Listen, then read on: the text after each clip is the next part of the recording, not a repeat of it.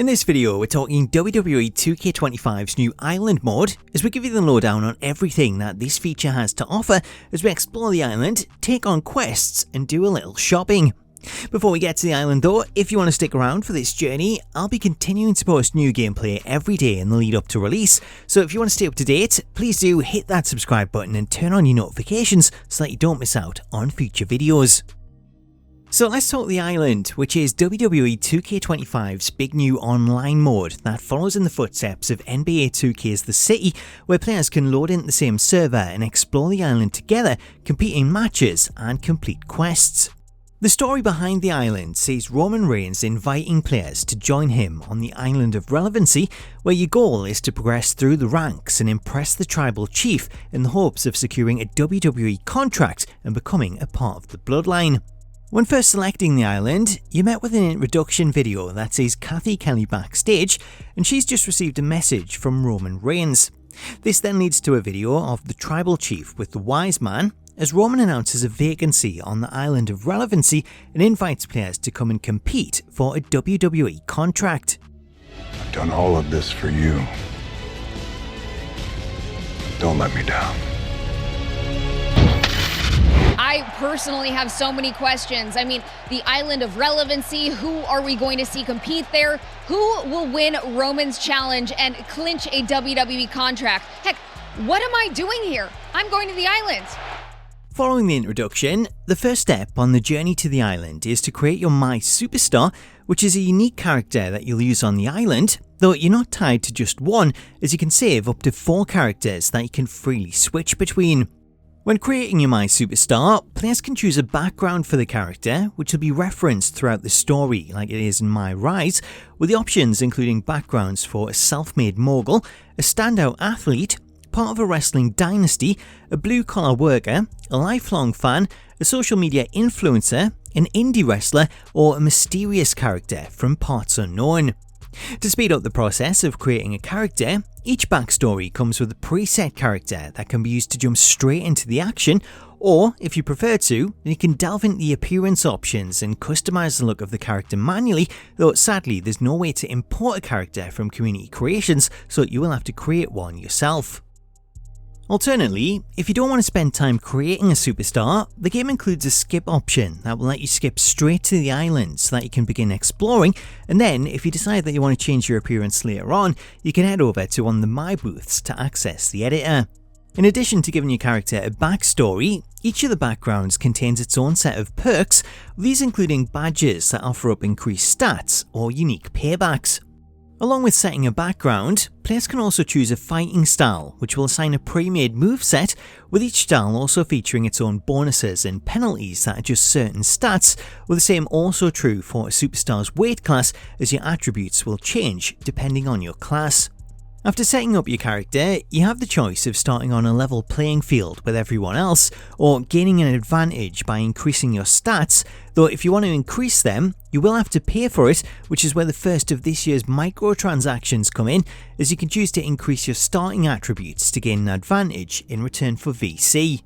With our MySuperstar now complete, we can head on over to the island, where we're free to roam around and explore the area, or make a start doing some quests.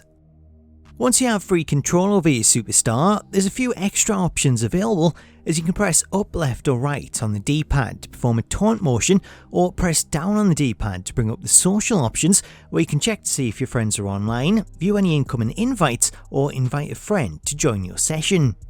So let's take a look at the island, where you start off in the main hub area, which is surrounded by various branded stores, with this area featuring paths that lead off to each district. The first of the districts is the Temple of Ancestors, which stands as a tribute to lucha culture and the wrestling greats who paved the way for the superstars of today, with this area themed around Rey Mysterio, as the area has various statues of Rey scattered around the land and a tribute area inside the temple itself.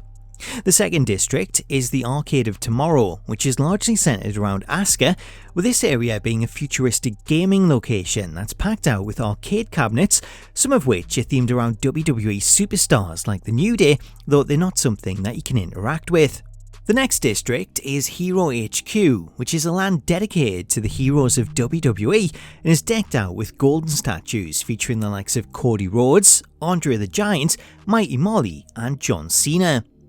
The last district is the Deadlands, which is a portal to the supernatural, with this one themed around The Undertaker and Kane, with the area featuring an open casket and a statue of Paul Bearer. When visiting each of the lands, players can enter that area's main building, which works as a kind of themed lobby where you can then proceed to the portal to take on the daily challenge and earn rewards, with each of these challenge matches taking place in a unique arena that's themed around that district, with one example being the Cathedral Arena, which contains a giant stone throne for The Undertaker.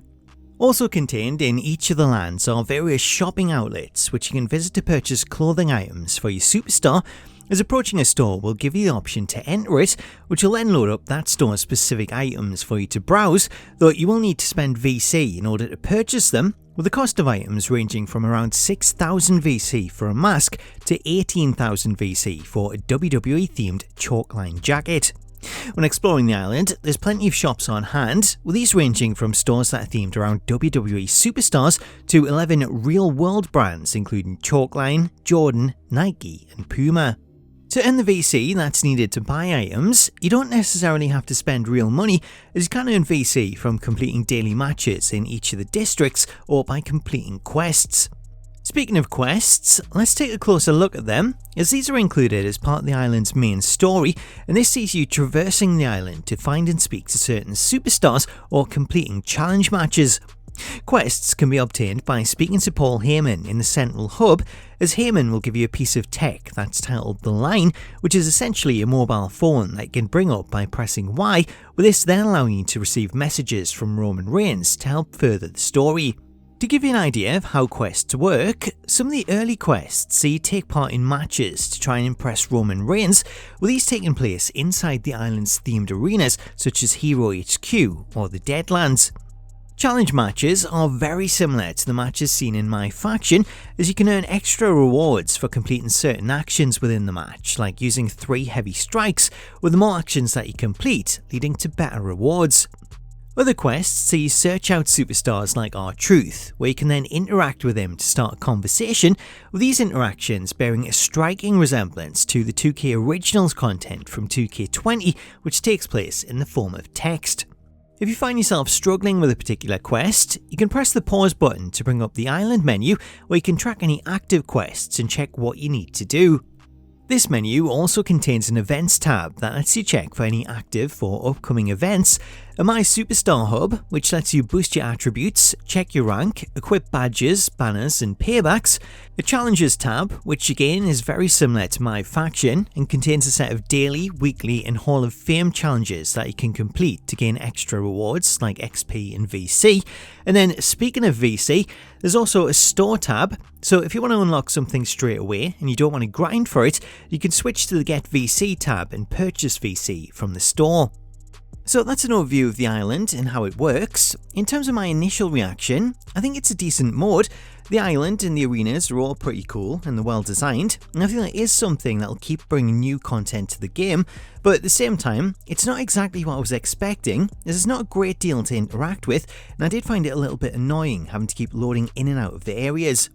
I'm also a little bit worried about how much content is locked behind the island, as there's a lot of new hairstyles and other items that would be really useful for creations, but you have to unlock these in the island before you can use them in the creation suite.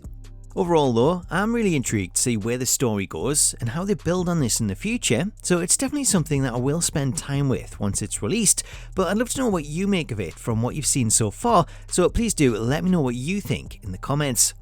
As for this year's other new features, if you want to know what's new in Universe mode, then you can check out this video going over the new features there. But until next time, thank you so much for watching this video, have yourself an awesome day, and I'll catch you later.